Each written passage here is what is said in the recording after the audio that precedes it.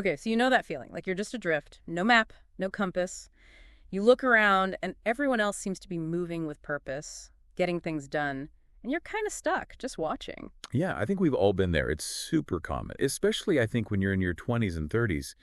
You're bombarded with these societal expectations. And then there's social media, right? It's like this constant feed of everyone else's highlight reel. It's easy to feel like you're falling behind. Totally. It's like everyone else is starring in their own movie and you haven't even figured out what role you want to play. But here's the thing.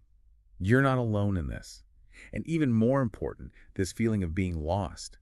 It doesn't have to be forever. You can find clarity, direction, purpose. And you don't need to have all the answers right now. The first step is just about, well, taking a step. Makes sense. So for this deep dive, we've got some really interesting ideas from the research we've been looking at. 7 really powerful steps that can help you move from feeling lost to creating a life that actually feels, well, fulfilling, especially as we head into 2025 and beyond. I like that. Creating a life that feels fulfilling. That's the goal, right? Exactly. So step 1 is interesting. It's stop overthinking. Start doing it. I feel like I need that on a t-shirt. Yeah. I mean, how many times do we get stuck in our heads? We think and plan and analyze, but we never actually do anything. Ugh, all the time. I'm definitely guilty of that. It's called analysis paralysis. We convince ourselves we need the perfect plan before we can start. Like, I need to know my exact purpose before I can take a single step. Or, I'm not ready yet. What if I fail? So what's the antidote to that? How do we break out of that cycle? The research is pretty clear on this. Purpose isn't something you just think your way into. It's something you discover by doing. Clarity comes from action. It's like I'm never going to learn to play the guitar if I just keep reading about music theory, right? At some point, you got to pick up the guitar and start strumming, even if it sounds terrible at first. Exactly. So how do you start doing? Well, the first thing is to start small. You don't have to figure out your whole life right now. What's one tiny step you can take towards something that interests you? Just one thing. Then experiment. Try different things. See what sparks your curiosity. And remember, you don't have to be perfect. Just start. That's the most important thing. Start before you feel ready. Yeah, pretty much. All right, step 2. This one really resonated with me. Follow curiosity, not pressure. This feels so relevant, especially with all the external noise we were talking about earlier. You know, societal expectations, social media comparisons, all that. It's so easy to get caught up in what you should be doing, what everyone else is doing, and you lose sight of what actually lights you up. Right, like you end up on this path that looks good on paper but feels totally wrong for you. So the key here is to shift your focus. Instead of asking, what am I supposed to be doing? Ask yourself, what am I curious about? What would I do even if nobody was watching, even if I wasn't getting paid for it? What makes me feel truly alive? Oh, I love that. What makes me feel alive? It's about tuning into that inner compass, that curiosity. That's your guide. It'll naturally lead you towards things that are meaningful and energizing for you. Okay, so how do we actually do that? How do we start following that curiosity? A few things you can try. Start a journal. Just write down anything that grabs your attention. Ideas, questions, things you want to learn more about. And then, here's the fun part. Explore. Try things without pressure. Take a class. Start a project. Just see where it takes you. And most importantly, listen to your gut. If something feels wrong, even if it looks good on paper, it probably is. Trust your gut. I like that. All right. Step 3 is stop comparing yourself to others. I think this is a big one, especially in the age of social media. Oh, absolutely. Yeah. It's a trap so many of us fall into. We see people getting married, buying houses, getting promoted, and we start thinking, what's wrong with me? Why am I not there yet? It's like everyone else is hitting these milestones and we're just like standing still. But the truth is, you are not behind. Everyone is on their own unique path. In comparing yourself to others, it just leads to anxiety, self-doubt, and it completely distracts you from your own goals. Remember, the goal isn't to copy someone else's life. It's to create a life that is authentically yours. Okay, so how do we stop comparing ourselves, especially when we're constantly bombarded with these images of perfect lives? Well, one thing you can do is be really mindful of your social media use. Do you follow any accounts that consistently make you feel bad about yourself?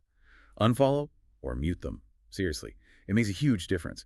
Then, focus on your own progress. Celebrate your wins no matter how small. And remember, your timeline is yours. Trust it. All right, on to step 4. This one is build habits, not just goals. I think a lot of us can relate to this. We're great at setting goals, but not always so great at actually achieving them. Ah, the classic New Year's resolution syndrome. We set these big, ambitious goals, and then life happens and we kind of forget about them. Yep, been there. So how do we bridge that gap? It's about understanding that goals give you direction, but habits are what actually create results. Think about it. You can have a goal to get in shape, but if you don't develop the habit of exercising regularly, well, that goal is just going to stay a wish. It's like wanting to write a novel, but never actually sitting down to write. Exactly. So how do you build habits? Yeah. Start small. Pick one habit you want to develop and focus on that. Make it so easy you can't say no. Then make it part of your routine. Schedule it in. And be consistent. Even when you don't feel like it, show up. That's how you build momentum. Consistency is key. Okay, step 5. Let go of the fear of failing. This is a big one. It's huge. Fear of failure can paralyze us. It keeps us from trying new things, from taking risks. But here's a different way to think about it. Failure is not the opposite of success. It's part of it. I mean, think about all the successful people who have failed, like massively failed. Right. Steve Jobs got fired from Apple, the company he started. Oprah was told she wasn't fit for television.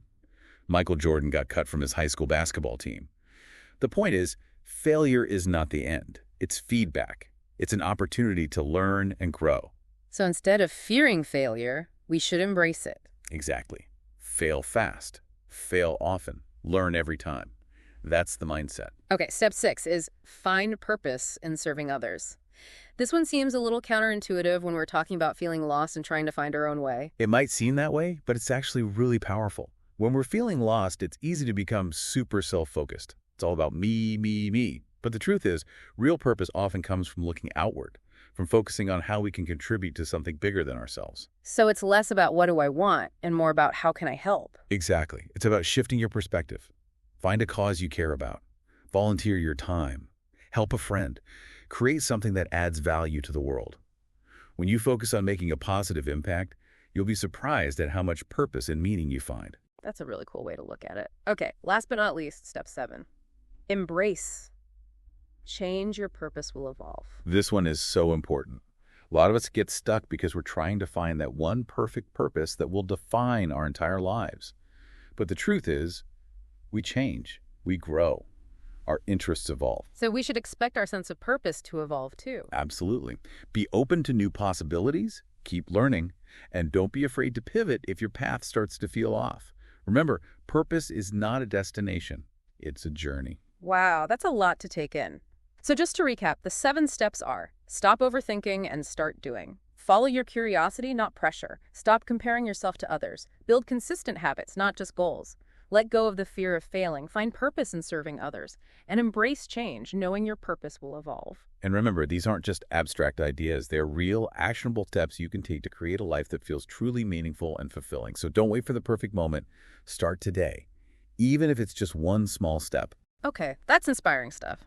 I'm definitely going to be thinking about these steps and trying to put them into practice in my own life. So before we wrap up, here's a final thought for you to ponder. Think about all the things you're curious about. What's the smallest step you can take right now to explore one of those curiosities? It could be anything: reading an article, watching a video, making a phone call. Just one small action. You never know where it might lead. That's a great challenge. Thanks for joining us for this deep dive. And remember, you're not lost. You're just on your way. You got this. Until next time.